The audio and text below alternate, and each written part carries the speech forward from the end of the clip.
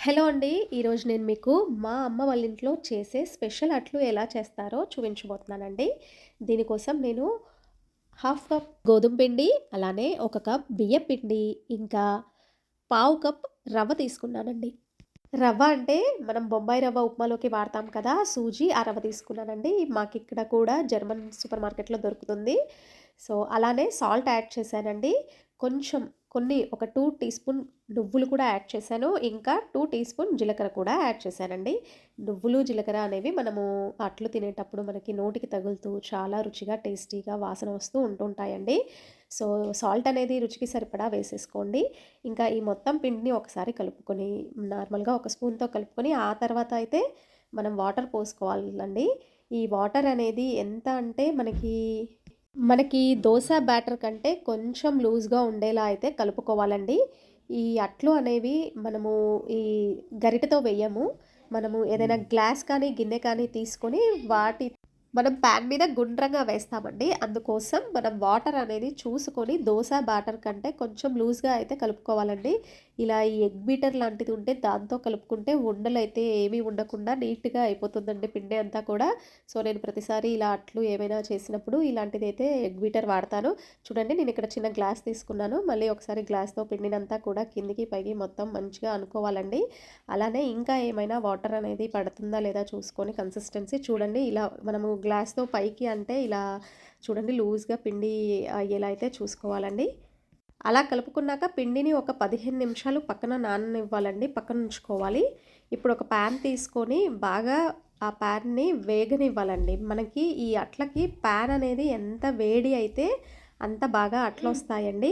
So, చూడండి 15 నిమిషాల తర్వాత పిండి మంచిగా నానిపోయింది. తప్పనిసరిగా పిండినైతే 15 నిమిషాలు మినిమమ్ అయితే నానబెట్టుకోవాలండి.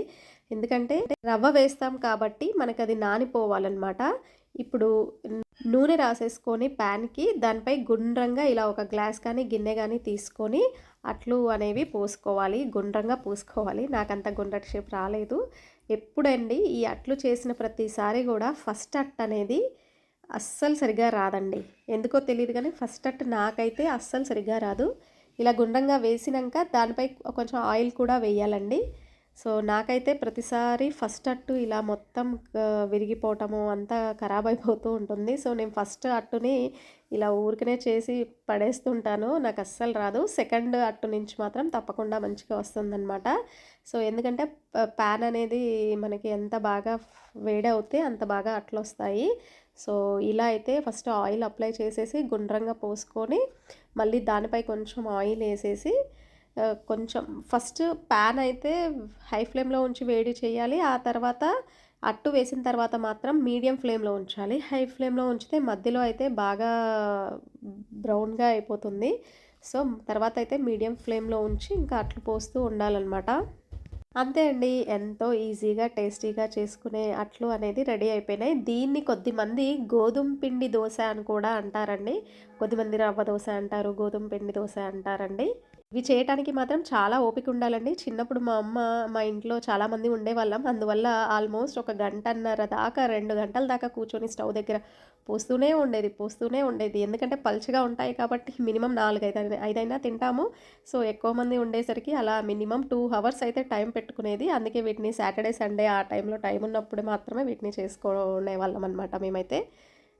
వీటికి సైడ్ డిష్‌గా ఉల్లి కారము, లేకపోతే చట్నీ ఏదైనా బావుంటుందండి. నేనైతే పల్లీ పొడి నా లాస్ట్ వీడియోలో డ్రై నట్స్‌తో కారప్పొడి కొట్టానండి. అది పెట్టుకొనైతే సైడ్ డిష్‌గా తిన్నానండి. చూడండి చాలా పల్చగా, మెత్తగా ఎంత బాగా వచ్చాయంటే గోల్డెన్ బ్రౌన్‌లో మధ్య మధ్యలో మనము నువ్వులు, జీలకర్ర యాడ్ చేసాం కాబట్టి ఇంకా బాగా మంచిగా తింటుంటే ఆ ఫ్లేవర్ తగులుతోంది. మీకు కావాలంటే కొంచెం కరివేపాకు కూడా చిన్న చిన్న ముక్కలుగా వేసైతే వేసుకోవచ్చండి. అంతే అండి.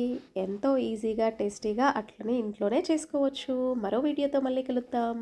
దానికంటే ముందు నా ఛానల్ అయితే తప్పకుండా సబ్స్క్రైబ్ చేసుకోండి.